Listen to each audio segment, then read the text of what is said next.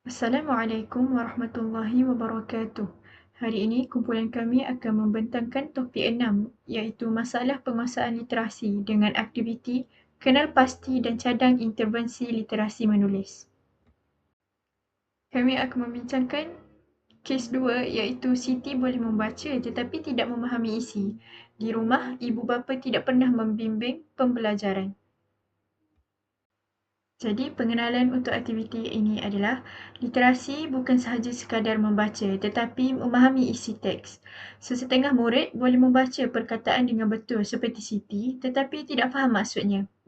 Jadi objektif kami melakukan aktiviti ini adalah untuk mengenal pasti faktor halangan literasi membaca, menganalisis punca literasi membaca dan juga mencadangkan intervensi praktikal untuk meningkatkan literasi.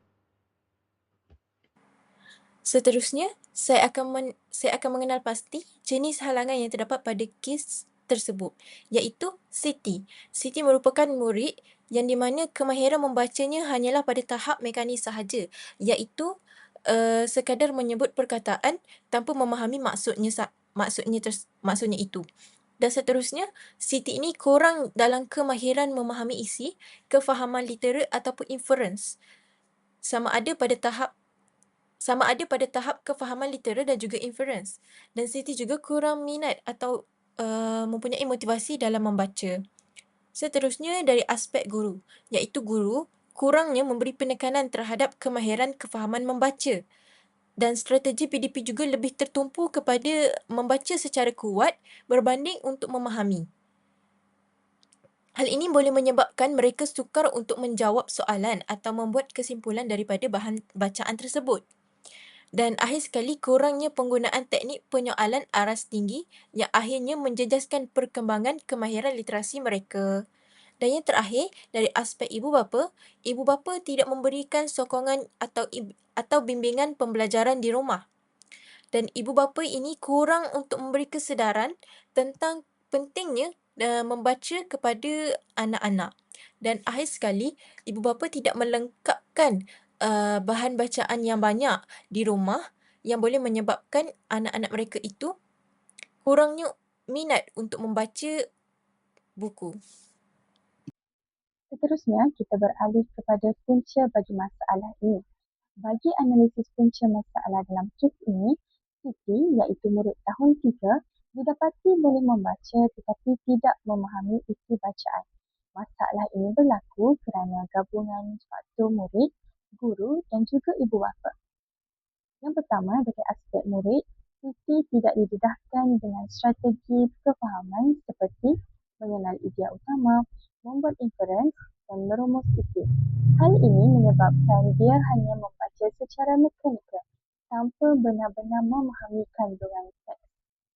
Seterusnya, dari aspek guru, pengajaran lebih menekankan kelancaran membaca berbanding kefahaman. Keadaan ini menyebabkan murid tidak dilatih untuk berfikir secara kritis dan mendalam terhadap apa yang mereka baca. Dan yang terakhir iaitu faktor ibu bapa. Faktor ibu bapa juga memainkan peranan apabila di rumah Siti tidak mendapat bimbingan atau sokongan pembelajaran. Tanpa pengukuhan di rumah, kemahiran kefahaman yang dipelajari di sekolah tidak dapat diperkembangkan dengan baik.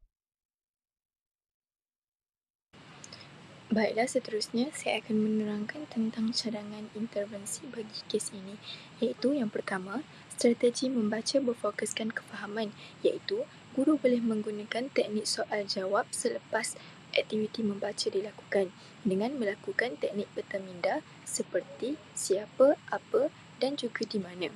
Seterusnya, cadangan yang kedua iaitu bimbingan membaca secara berperingkat, di mana guru membimbing secara individu ataupun berkumpulan. Guru bolehlah menggunakan bahan bacaan yang mudah kepada sederhana diikuti dengan bahan bacaan yang mencabar. Cadangan ini berfokuskan kepada pemahaman ayat, seterusnya kepada perenggan. Cadangan yang ketiga iaitu penglibatan ibu bapa secara mudah, iaitu secara minimum dan konsisten, di mana ibu bapa perlu menjalankan aktiviti membaca di rumah selama 10 hingga 15 minit sahaja pada setiap hari.